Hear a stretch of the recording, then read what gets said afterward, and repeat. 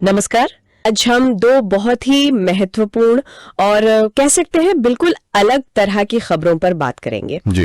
एक तरफ अमेरिका और भारत के बीच व्यापार को लेकर माहौल गर्मा रहा है और दूसरी तरफ अंतरिक्ष में एक बड़ा साझा कदम उठाया गया है। बिल्कुल, दो बिल्कुल विपरीत दिशाओं वाली खबरें हैं आज। पहले व्यापार वाली खबर से ही शुरू करते हैं।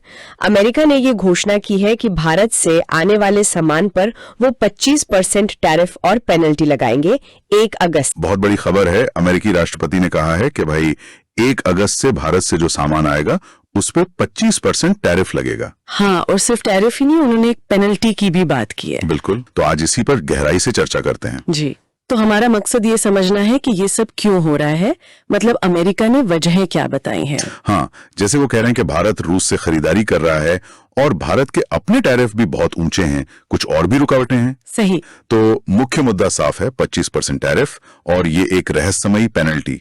और वजह रूस से भारत की ऊर्जा और सैन्य उपकरणों की खरीद, भारत के कथित ऊंचे टैरिफ्स और जिन्हें थकाऊ और अपमानजनक गैर शुल्क बाधाएं कहा गया है, मतलब वो नियम कानून जो टैरिफ नहीं है पर व्यापार को मुश्किल बनाते हैं। अच्छा, तो ये सब अचानक से कैसे? क्या इसके पीछे कोई बैकग्राउंड है? मुझे लगा था कि कुछ बातचीत चल रही थी। हाँ, वही तो दिलचस्प बात है।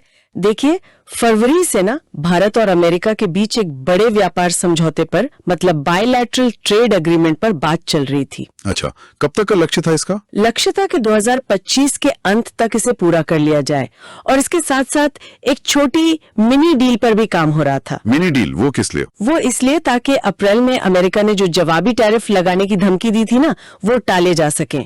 कोशिश हो रही थी कि मामला बिगड़े नहीं। तो मतलब कोशिशें तो चल रही थी पीछे। बिल्कुल, बल्कि हाल ही में अमेरिकी व्यापार प्रतिनिधि ने तो संकेत भी दिया था कि शायद 1 अगस्त के बाद भी बातचीत जारी रह सकती है। ओह, लेकिन अब राष्ट्रपति का जो ये बयान आया है, उससे लगता है कि वो मिनी डील तो कम से कम अब ठंडे बस्ते में चली गई है।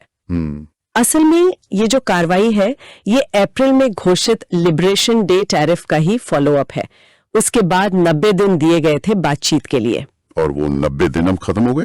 हाँ, वो जुलाई के अंत में खत्म हो गए, तो ये उसी का नतीजा लग रहा है। और राष्ट्रपति ट्रंप ने ट्रुथ सोशल पर जो लिखा वो भी थोड़ा मतलब विरोधाभासी सा लगता है। उन्होंने लिखा, याद रखिए भारत हमारा दोस्त है। हाँ, दोस्त है, लेकिन फिर कहते हैं कि सालों से हमने उनके साथ कम व्यापार किया है क्योंकि उनके टैरिफ दुनिया में सबसे ऊंचे हैं और उन्होंने हमेशा अपने हथियार रूस से खरीदे हैं। ये थोड़ा अजीब नहीं है? दोस्त भी कह रहे हैं और इतनी आलोचना भी। हाँ, ये विरोधाभास तो साफ है, और ऊपर से ये अज्ञात पेनल्टी वाली बात। वही, इसका क्या मतलब है? ये पेनल्टी क्या होगी? इस पर कोई स्पष्टता नहीं है। ये क्या होगी, कितनी होगी, कुछ नहीं पता, और इसी वजह से अनिश्चितता बहुत बढ़ गई है। अगर असर की बात करें तो किन चीजों पे असर पड़ सकता है? हाँ, जनवरी से मई 2025 के बीच जो भारत से अमेरिका सामान गया, उसमें टॉप पर थे जैसे कि इलेक्ट्रिकल मशीनरी। अच्छा, कितना? वो लगभग $2.9 बिलियन का था। फिर दवाइयां थी करीब 746 मिलियन की, और न्यूक्लियर मशीनरी भी वो लगभग 622 मिलियन। तो असर तो बड़ा हो सकता है।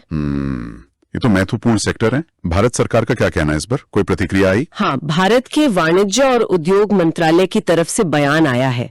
उन्होंने कहा है कि सरकार इस घोषणा के असर का, मतलब प्रभाव का, बारीकी से अध्ययन कर रही है और वो देश के हितों की रक्षा के लिए सभी जरूरी कदम उठाएंगे। अभी वो इंतजार कर रहे हैं और स्थिति का आकलन कर रहे हैं। ठीक है, तो कुल मिलाकर स्थिति ये है कि 1 अगस्त से 25% टैरिफ और एक पेनल्टी लग रही है भारत से आने वाले सामान पर। जी हाँ, और अमेरिका ने इसके लिए कारण गिनाए हैं, रूस से खरीद, भारत के टैरिफ, व्यापार की बाधाएं वगैरह। और ये सब तब हुआ है जो व्यापार पर, कम से कम मिनी डील पर बातचीत एक तरह से रुकती हुई दिख रही है। बिल्कुल, खास बात यह है कि ये फैसला तब आया जब शायद बातचीत की गुंजाइश बनी हुई थी, ऐसा संकेत मिल रहा था। और इस पेनल्टी ने मामले को और उलझा दिया है, क्योंकि पता नहीं ये है क्या। सही कहा, उसने अनिश्चितता और बढ़ा दी है। एक सवाल शायद श्रोताओं के सोचने के लिए छोड़ सकते हैं। देखिए, अमेरिका ने जो वजह बताई हैं उसमें व्यापार के मुद्दे भी हैं जैसे टैरिफ, और भू राजनीति भी है जैसे रूस से संबंध। तो भविष्य में जब व्यापार वार्ताओं में इस तरह की मिलीजुली चुनौतियां आएंगी, मतलब ट्रेड और जियोपॉलिटिक्स का मिश्रण, तो देशों को अपनी रणनीति कैसे बदलनी पड़ सकती है, ये सोचने वाली बात है। हाँ, ये वाकई एक अहम सवाल है कि कैसे इन दोनों पहलुओं को एक साथ साधा जाए आने वाली व्यापारिक बातचीत में। तो ये तो हुई व्यापार मोर्चे की बात, जहां तनाव साफ दिख रहा है। अब जरा दूसरी खबर पर आते हैं जो एकदम अलग है, सहयोग वाली। निसार सैटेलाइट सफलतापूर्वक लॉन्च हो गया है। जी हाँ, और ये वाकई एक बहुत बड़ी उपलब्धि है। निसार यानी NASA ISRO synthetic aperture radar, ये इसरो और नासा का पहला साझा सैटेलाइट मिशन है। पहला साझा मिशन? अच्छा जी, इसे GSLV F-16 रॉकेट से लॉन्च किया गया। लगभग 2392 किलो का सैटेलाइट है ये, और इसे पृथ्वी से करीब 747 किलोमीटर ऊपर एक खास ऑर्बिट में, सूर्य सिंक्रोनाइज्ड ऑर्बिट में डाला गया है। नासा और इसरो का साथ आना अपने आप में बड़ी बात है, लेकिन इस सैटेलाइट में ऐसा क्या खास है? मतलब इसे इतना महत्वपूर्ण क्यों माना जा रहा है? इसकी सबसे बड़ी खासियत है इसका रडार सिस्टम। इसमें दो तरह की फ्रीक्वेंसी वाले रडार हैं, L बैंड और S बैंड। ऐसा ड्यूल फ्रीक्वेंसी रडार वाला ये दुनिया का पहला पृथ्वी अवलोकन उपग्रह है। ड्यूल फ्रीक्वेंसी, इससे क्या फायदा होगा? देखिए, L बैंड जो है वो घने जंगलों या वेजिटेशन के आर पार भी देख सकता है, और S बैंड सतह की ज्यादा बारीक जानकारी देता है। तो ये कॉम्बिनेशन हमें पृथ्वी की सतह की अभूतपूर्व मतलब अनप्रेसिडेंटेड डिटेल्स देगा, और ये हर 12 दिन में पूरी पृथ्वी का चक्कर लगाकर उसे स्कैन करेगा। पूरी पृथ्वी का हर 12 दिन में? जी हाँ, दिन हो या रात, बादल हो या साफ मौसम, ये हर हालत में डेटा इकट्ठा करेगा। इसका मिशन 5 साल का है, और इसमें एक बहुत बड़ा 12 मीटर का एंटीना भी है जो नासा ने बनाया है। वो ऑर्बिट में जाकर खुलेगा। कमाल है। तो इस सारी जानकारी का इस्तेमाल कहाँ होगा? मतलब आम लोगों के लिए या देश के लिए क्या मायने हैं इसके? इसके उपयोग बहुत सारे हैं। ये पृथ्वी की सतह में होने वाले बहुत छोटे बदलावों को भी पकड़ सकता है, मतलब सेंटीमीटर लेवल के बदलाव, जैसे समुद्री तटों पर क्या असर हो रहा है, ग्लेशियर कैसे पिघल रहे हैं। अच्छा, तूफानों को ट्रैक करने में मदद मिलेगी, पानी के स्रोत कहाँ हैं, कितने हैं, इसकी मैपिंग होगी।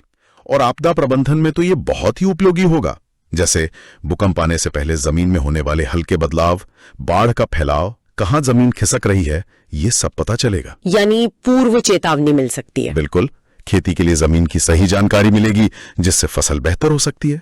और तो और हमारे जो बड़े इंफ्रास्ट्रक्चर्स हैं, जैसे पुल, बांध, उनकी सेहत कैसी है, इस पर भी नजर रखी जा सकेगी। वाह, ये तो वाकई जबरदस्त क्षमताएं हैं। तो आज हमने ये तो बिल्कुल अलग तस्वीरें देखी।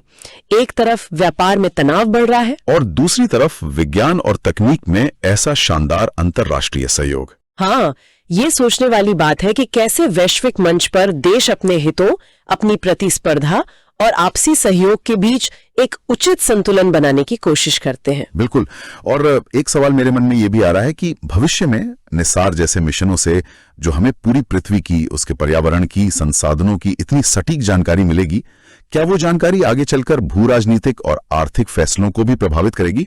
मतलब खासकर तब जब जलवायु परिवर्तन और संसाधनों का सही प्रबंधन इतने बड़े मुद्दे बन गए पूरी दुनिया के लिए। क्या ये डेटा हमें बेहतर फैसले लेने में मदद करेगा, या शायद नए तरह के तनाव पैदा करेगा?